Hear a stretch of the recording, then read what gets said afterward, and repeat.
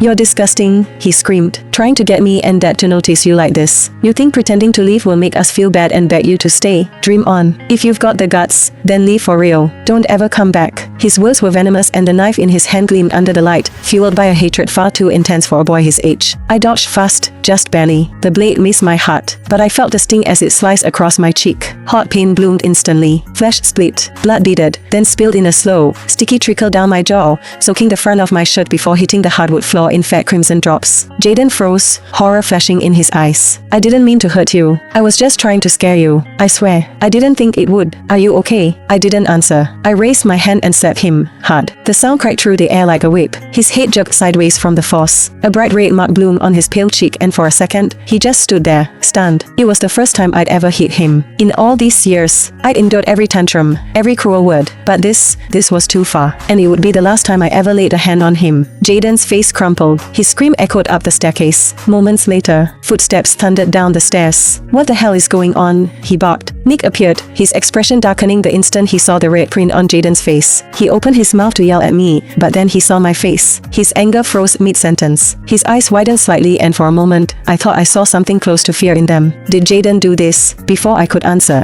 Jaden ran over and clung to Nick's waist, sobbing. I didn't mean to hurt her. I just wanted to scare her off so she'd leave and not come back. Nick's gaze flicked from me to the knife lying by my suitcase and back again. I braced myself for the usual, the lecture, the blame, the dismissal. But instead, he stepped forward and reached for my hand. Come on, I'm taking you to the hospital. That cut's deep. You'll need stitches. I jerked my hand away. Don't bother. I'll take care of it myself. I'll stop by a hospital on the way to the airport. I left the divorce papers at your door. Just remember to sign them. Nick's expression changed in an instant. How long are you going to stay mad at me? He snapped. What did we ever do to deserve this kind of hate from you? Sure, they never let me go without. I had a roof over my head, a closet full of clothes, and food on the table. They gave me everything, except the things that actually mattered. My feelings, ignored. My opinions, unheard. My existence, only acknowledged when they needed something. I was invisible unless I was useful. I'm not angry, Nick, I said with a tired sigh. I just want a divorce. He stared at me, lips slightly parted, as if the words didn't quite register. Then he murmured, why? I didn't answer. I couldn't. Not because I didn't know why, but because saying it all out loud wouldn't change anything. And oddly enough, Nick had spoken more in the past 5 minutes than he had in the last 5 years combined. But it was too late. I picked up my suitcase and turned toward the door. Oria, if you walk out that door, don't bother coming back. Behind me, his voice came again, louder, sharper. I paused, hand on the doorknob. But if you stay, Valentina will help take care of Jaden. You won't have to do it all alone anymore. I know these years haven't been easy for you. His tone was clipped, forced, like he was trying to convince himself. You won't need to handle his food, his schooling, she'll handle it all. You just need to play the part of his mother and my wife. That's it. There was a reason behind that offer. Of course, not emotion, not love, obligation. The Ambrose had an unspoken rule, only one marriage per lifetime. Divorce wasn't just frowned upon,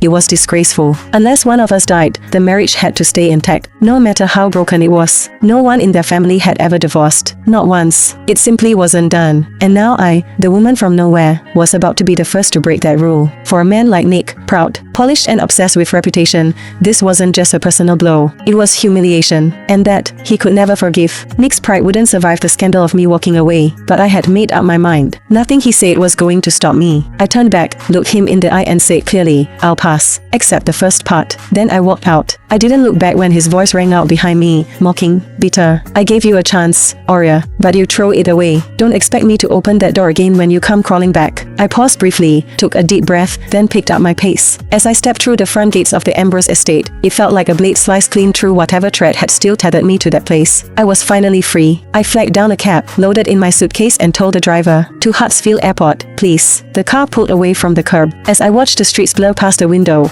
my eyes fell on the only thing my mom had ever left me, a simple bracelet. My throat tightened. Finally, I was free. Nick's POV. Back in the Ambrose family's lavish living room, Nick's expression darkened the moment Oria climbed into that cab without even looking back. It was as if a storm rolled through the space, dropping the room's temperature by several degrees. His jaw clenched and a dangerous stillness settled in the air. Valentina sensed the shift immediately. She slipped her arm through his, pressing close with faint concern as she soothed. Mr. Ambrose, don't be upset. If Oria wants to leave, let her go. I'll take good care of you and Jaden from now on. She turned slightly, leaning down to ruffle Jaden's hair with a sweet smile. Jaden, how about this? Envy will buy you all your favorite toys and candy. Would you like that? At her words, the last flicker of guilt Jaden might have had for Oria disappeared in an instant. He beamed and nodded enthusiastically. I knew Anvi is the best. I like you the most. Can you be my new mommy? Children were simple creatures. They gravitated toward whoever indulged them without limits. They couldn't yet understand that love sometimes meant saying no. Aurea, for example, always put rules in place. She limited how many toys Jaden could get, and even then, he had to earn them. Candy was doled out sparingly, just a piece here and there. The rest of the time, she was constantly reminding him to eat proper meals and avoid junk. He didn't appreciate it back then. Over time, those restrictions turned into resentment. Add in the whispers and rumors he overheard, most planted by others, and Jaden had gradually grown to dislike her. Valentina, on the other hand, gave him whatever he wanted with no strings attached. That alone made her a goddess in his eyes. Now that no one was around to say no, he felt giddy with the idea of freedom. No more lectures, no more limits, and no one stopping his dad from being with Anvi either. With a wide grin, Jaden tugged on Nick's hand. Isn't it great? Now we can be with Anvi for real. I'm gonna be the happiest kid in the whole world. Nick didn't flinch. He was certain of one thing: he never loved Aurea. Losing her shouldn't feel like anything more than tossing away an old toy. So why, then, was his chest so heavy? Why did her last glance, so calm, so final, linger in his mind like an echo? The longer he thought about it, the more it grated on him. Frustrated, he shook it off and muttered, I'm tired. I'm going to my room. Valentina caught the shift in his tone. She tried to follow him, but Nick turned and stopped her cold. Stay with Jaden. Also, speak to the head butler. Starting today, you're in charge of taking care of him. For a second, her eyes widened with excitement. She nodded eagerly, convinced that Nick was finally making her the lady of the house. Nick didn't say anything more. He turned and made his way upstairs, not to rest, but to shut himself in his study.